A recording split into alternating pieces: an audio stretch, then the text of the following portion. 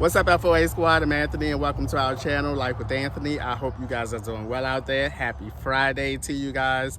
Today, guys, is going to be the second series of my latest campground buys. I have 9 more items that I bought that I am quite sure that's going to enhance my campground experience. Now, some of them are campground items, and some of them are things that I should have with me at all times. Now, before I get into the whole campground buys, I want to give you guys my thoughts on the Shenyang show that I went to see on Wednesday. I'm going to start with what I liked about the show. I really love the costumes. They were bright, they were visually stunning, they looked good. I mean, I just was blown away at how colorful and bright they were. The next thing that I really liked about the show is the backdrop of the show and how they integrated that backdrop with the performers. I thought that was really clever. I saw that one time before on a much larger scale at Universal Studios at the Jason Bourne show. That was amazing how they integrated that whole backdrop. It was moving, it was changing sceneries, buildings, and all kinds of things. And I thoroughly enjoyed that. So it was sort of like that. Now, I did like the dance performances per se, most of them. The ones that I found myself struggling with was the dance performances that were telling stories, because everything, because they did not speak, was done like the motions was big, like, you know, everything was done so big, and I found myself struggling a little bit to stay interested in that particular performance. So those are the things that I liked about the show. Not many, huh? So what I did not like about the show is I did not like the format of the show. It was like after each dance performance, a man and a woman came out. She interpreted in their language, and the guy interpreted it in English, or did it in English, said it in English. And what they did was basically give a quick backstory on the next performance dance that we were going to see. And they did that after every single dance performance. They came out, did a backstory, then the performance, they came out. So it was a lot of clapping. Every time they came out and said their backstory and left, it was clapping. Then there was clapping after every dance performance and everything. And I must say, honestly, by halfway through the show, after the intermission, I was all clapped out. I'm not even gonna lie. If I'm lying, I'm flying, and I can't fly. And because of that format, I found it, for me personally, it took away my 100% enjoyment of the show. I get that they want to educate us on the culture and the meaning behind each of the dance performances and everything. But for me, I was struggling. I was struggling with keeping my interest and everything. And I don't know. At one point, I thought I was dozing off, to be honest. So for me, I enjoyed it, but not as much as I would like to have enjoyed it. And it was in part because the format, the way they presented the entire show.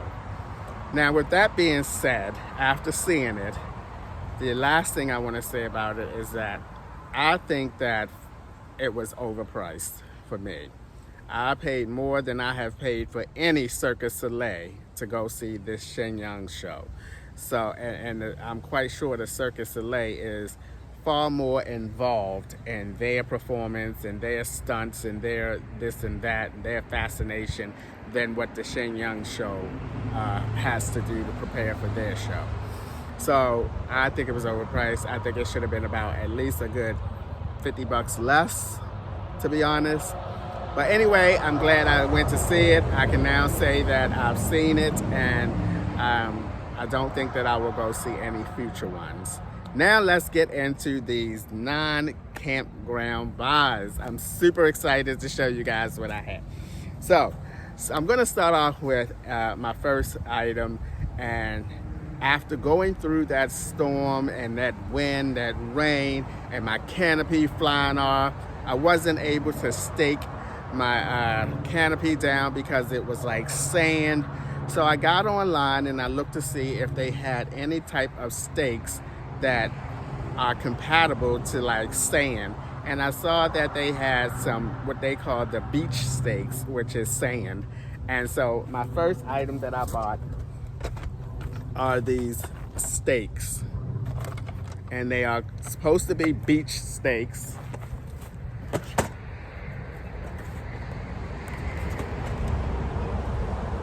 If I can get these open.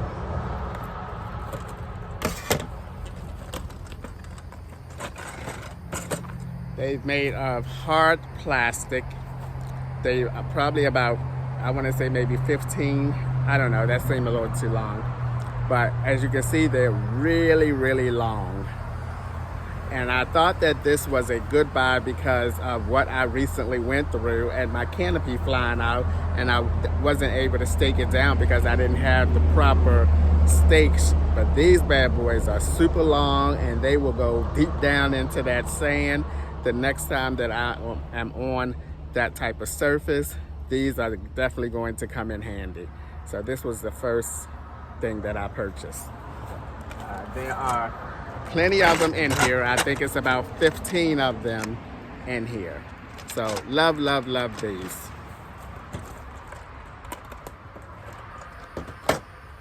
Now, my camping neighbor Joe, who helped me get the canopy up, he showed me this next item, and I thought, okay, that's a must for me, because this is going to save me some money on water when I'm at a campground.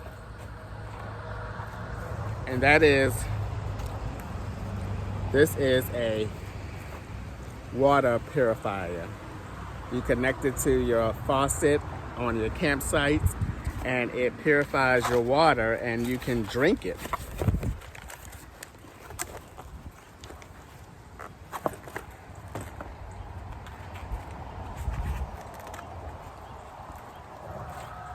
This is what it looks like. And you can connect it to your water at your site. And the purifier filter is inside of here. I'm not going to open it up. This particular one comes with multiple adjustments or faucet adjustments for different size faucets that you can connect your filter to, or I should say your purifier to. So I'm going to check later on today and see if, I'm not going to use it at this campground because I have plenty of water now and I don't need to use it to fill up like a jug or anything. So multiple ones, hopefully this will fit whatever campsite I'm at.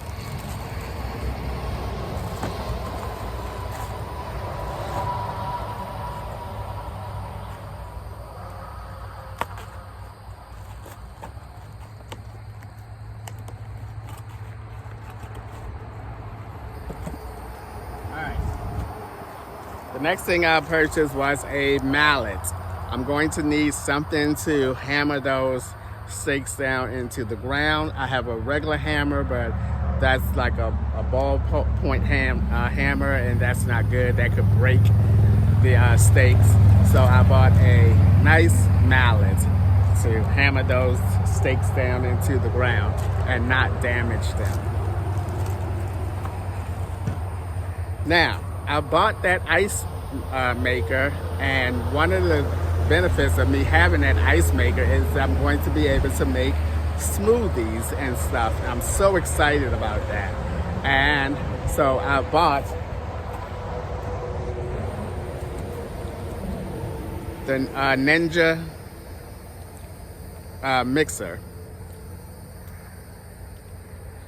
or blender, I should say. Yes, I bought this. So now I can go to the grocery store, get some ingredients, make some ice cubes, make me a nice cold smoothie. You know, I can make healthy smoothies, I can make sweet smoothies, any type of smoothie that I desire. And this and the ice maker is gonna make that experience much more better. Yay! Now, let's keep up with the ice making concept. Someone in the comments when I made that ice making video said that I should get this next item because I will be able to store some ice in it for about 24 hours. They say that this should keep your ice cold or your drink cold for 24 hours. If you put something hot in there, it should stay hot for 12 hours. So I bought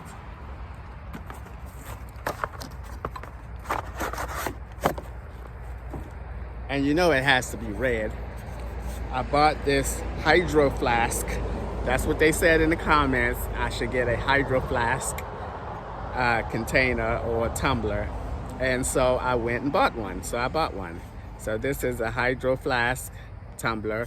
It's supposed to keep your drink, like I said, for 24 hours. I'm going to test it out either today or tomorrow.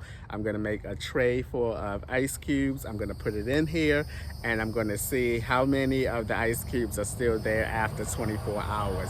Now I'm quite sure the weather and the temperature want to play a part in it.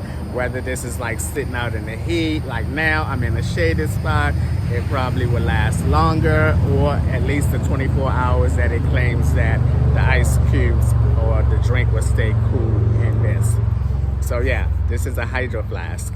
This is a 32 ounce size one. They had ones goes up as big as I think it was 62 or 64, but I felt this was big enough. Okay, now let's open up some packages.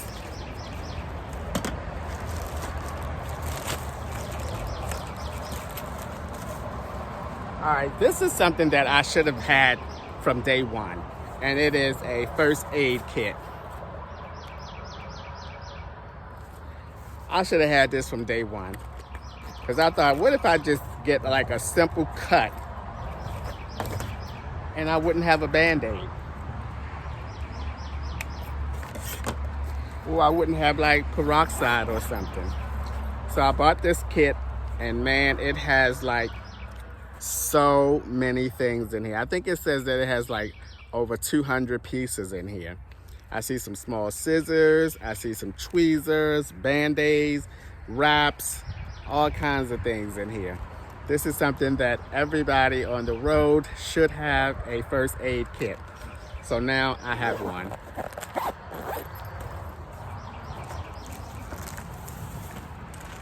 I know what this is, and I'm pretty excited about this.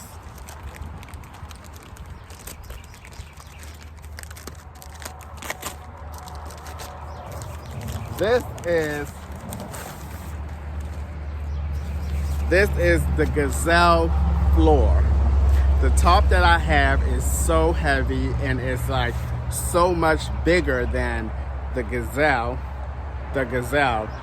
And even if I wanted to stake the Gazelle down, I have to fold that top in so that the grommets, that I think that's what they call grommets, the holes that you bang, can even be on the ground past the top.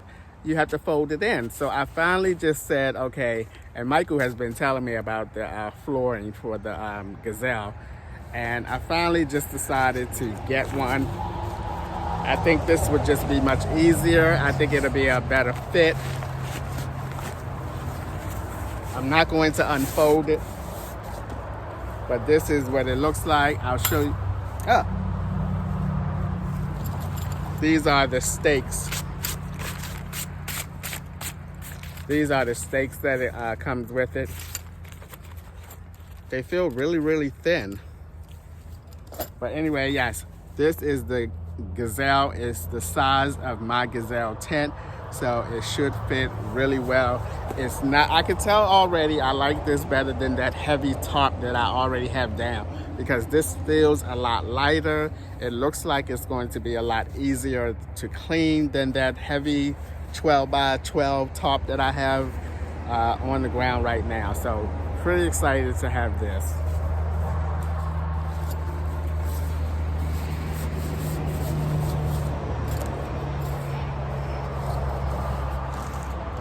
All right, let's see what's in here.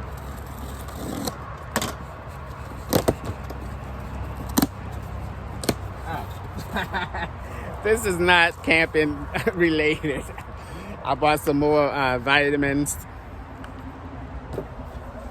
and some more of my lotion.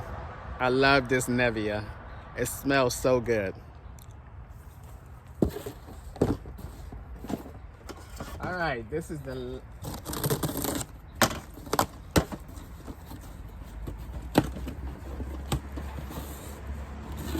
okay, the last two items, I bought some more of the fly bags. I really love these things. They work so well. I showed you guys how many flies this thing catch and kill, man. So I loaded up on them. I still have one more left, so now I have 3. So when I go to my campsite in Hillside and my next campground, that I will have some of these. Because when you're at a campsite for like 2 weeks, that's not gonna last a total of 2 weeks, because first of all, it's gonna start stinking like all outdoors, and so you're going to want to replace them in you know, a reasonable time. And the last thing I bought are some zip ties, because had I thought about it, and someone mentioned it in the comment section, I would have zip tied that daggone canopy to my car, my van. So I bought some long zip ties. And man, these zip ties weren't expensive at all. And you get like, it must be like 200 of them in here or something. I don't need that many. But yeah, I bought some zip ties. All right, guys, that's it. That is my latest campground buys. I think all of these things that I bought are definitely going to help me out, whether it's the flask ice holder, so I can make a full tray of ice cubes, keep that in there for until I want something to drink later on, or I can fill it up with some water with some ice cubes and have that throughout the day. Also, I'm loving having the idea of the sand steaks, the beach steaks. I mean, you have to be prepared as best you can for every type of campsite's surface. And that was a time that I was not prepared for it. And I said to myself that I will not let that happen to me again. Like I said, I now have it in my mind that if it's going to be a windy day, I'm staking everything down, first of all, from the very beginning. And if it's going to be a windy day, I'm going to zip tie that daggone thing to my van. All right, guys, that's going to do it for today's video. But before I leave, I do want to mention to you guys that I'm ready to take a break from the campgrounds. I'm ready to sleep in a bigger bed. I'm ready to watch some TV. So after I leave this campground on Sunday, I decided to check into a hotel for a few days so that I can just don't have to worry about bugs, caterpillars, or anything for the next few days. And Orlando is where I'll be checking into the hotel. And after that hotel stay, I will be going to my last campground stay down here south in Florida, which is Oz Campground. And I'll be there for, I think, 8 days. And I pushed it and switched it around because right now it's the nighttime temperature up in Oz. Oz is in Georgia. The nighttime temperature is like the mid-30s. I'm like, okay, well, spring's supposed to officially hit March the 25th. So I'm just gonna reverse, because I already had in my mind that I was gonna go to a hotel after the last campground. But when I found out that the weather there is not gonna be good, I said, let me reverse it, give myself a few more days. Spring hits March 25th. Maybe the weather will warm up before I get there. And so that was the logic behind that. Anyway, that's going to do it for today's video. As always, thank you guys for taking a few minutes out of your day to watch my videos. I appreciate you guys. You know that. Without you guys' support of the FOA community and myself, this would not happen for me. So I'm very grateful for y'all continued support, and I'll see you guys the next time.